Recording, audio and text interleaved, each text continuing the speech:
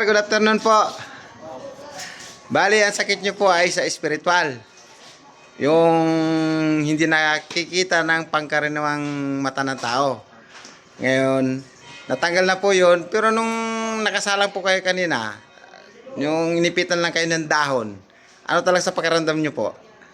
Parang yung bakal na mainit tapos papasok sa parang lava po na. Parang bakal na tinutusok na mainit na mainit. Oh, yung nag-aapoy talaga yung bakal. Na parang kang maiihi. Oh, maihi na ano. Hindi lang po maihi, talagang maluluha ako. Parang mawawala ka ng malay. Pero nung matanggal po yung sakit mo sa espiritual, gumanda na yung pakiramdam mo. Oo, hindi lang mabigat yung balikat ko.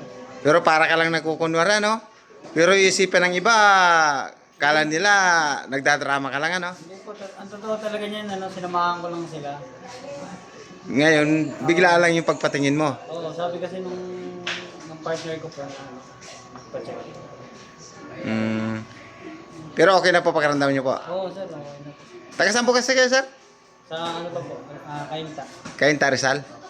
Sige, sir. Salamat po sa inyong pagtitiwala, ha? Ingat po kayo sa pag-uwi. Kayo po yata yung driver nila? Opo. Sige po. Ingat po sa pagdadrive, kuya. Manalangin bago umalis. Thank you. Bago pumunta sa pupuntahan. At makauwi kayo ng mapayapa hanggang sa makarating sa inyo. Bye-bye. Thank you po. Bye-bye. Anay, mga ate. Bye-bye. Woo! Ingat. Thank you po, Lord.